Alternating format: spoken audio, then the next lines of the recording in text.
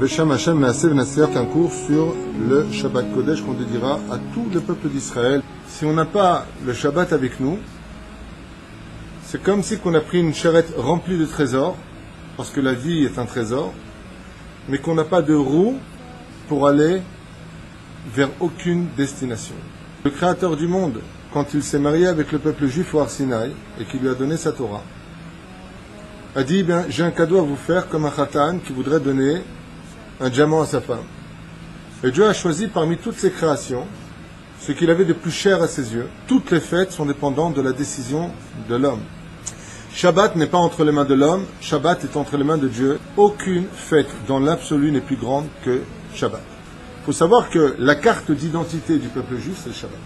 On te réincarnera tant qu'il le faudra jusqu'à ce que tu sois Shomer Shabbat Kilchata. Sans Shabbat, tu ne peux pas rentrer au Gan Eden. Et sans Shabbat, tu n'as pas de monde futur.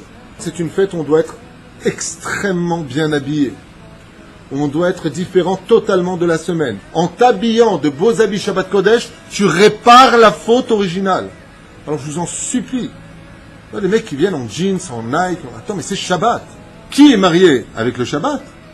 Qui est le double, qui est le miroir de Shabbat? C'est le peuple juif. Les Chadodi, les Khatkala, que Shabbat est la source de toutes les bénédictions qu'un homme rêverait d'avoir, pas simplement pour ce monde, mais aussi le monde d'après.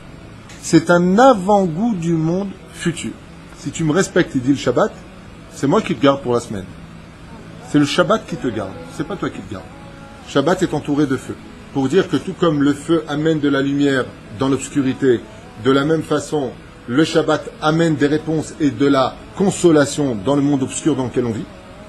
Et c'est pour ça que chaque juif doit venir prendre son énergie de toute cette lumière du Shabbat pour mieux vivre dans ce monde obscur, pour mieux voir. Quelle est la seule planète de tout le système solaire qui possède une couronne? Saturne. Shabbat vient du mot Shvut, qui veut dire le jour où on cesse toute activité. Pourquoi? Parce qu'on est avec celui qui gère toutes nos activités. De qui dépend la parnassa? De Dieu. De qui dépend ta santé? De Dieu. De qui dépend ton avenir? De Dieu. Donc ce rendez-vous-là, il est fatal, il est unique et il est grandiose. Parce que c'est un jour où Dieu lui-même descend dans toutes les demeures juives et s'unit avec chaque juif. Le fait de dire constamment Shabbat Shalom, Shabbat Shalom. Quelle est l'antithèse de la mort? Le Shalom. Toute l'humanité en réalité profite. Sheneemar vayichulu hashamim va'aretz vechol tsevaam. Tout celui qui est Shomer Shabbat, qu'est-ce qu'il apporte dans ce monde? La justice, le Shalom et la vérité. Car Shabbat est synonyme de vérité. Avant le Shabbat, la nourriture vient complètement, dit le Ben Ishraï, du Etz HaChaim. Il n'y a pas de mal bichlal dans la nourriture de Shabbat parce que Dieu a mis une épice spéciale qui vient de son monde à lui. Donner de la joie au Shabbat si tu veux que le Shabbat te sourie. Comment? Faire kiffer d'abord toute ta famille. Réunion de famille. Hinematov manaim, shevet achim gam yachad. Quand on est capable de se réunir en famille, Akadosh Baruch Hu descend et c'est un moment de bonheur pour lui. Dis merci à ta femme, lève-toi l'aider. Toi, ta femme, attends que ton mari fasse le Torah, assieds-toi et dis-lui, j'ai envie de t'écouter, chérie. Dis-moi. Qu'il y ait une telle harmonie qu'on n'a pas besoin de dire Shabbat Shalom tellement on le vit, ce Shalom. Il faut avoir beaucoup d'humour le Shabbat.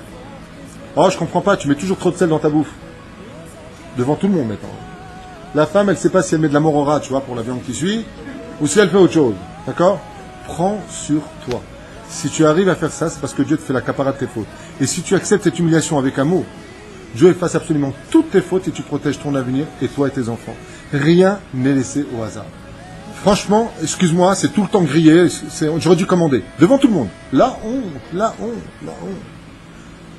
La femme enlève son tablier au machin, elle jette tout par terre, elle va dans sa chambre, où elle lui fait un scandale. Premier cas de figure, c'est normal, légitime, tu m'as blessé. Un animal blessé ne peut pas, je parle du Yetzirara. Deuxième cas de figure, la femme revient avec le sourire en disant Shabbat Shalom Shem. Voilà. Quel est le cas le plus sympathique? Shabbat Shalom Shem. D'accord? Et si c'est une Tunisienne, Shabbat Shalom Shem. Toujours aussi lourd. Hein. Bon, ça c'est la Tunisienne qui parle. La Tunisienne est obligée de rentrer dedans à un moment ou à un autre. Toujours au cirquique, hein. T'as pas changé, hein, par contre. Le Shabbat, c'est le seul jour qu'on connaisse qui est capable de glacier l'ambiance. Vous avez remarqué ça? La semaine, quand tu te mets en colère, tu mets du feu. D'accord? Le Shabbat, quand tu te fâches, t'as une ambiance glacée. ça correspond au Gehinam de Shabbat. Et on lui dit, la femme virtueuse, n'aie pas peur de la neige chez toi, sois au-dessus de ça.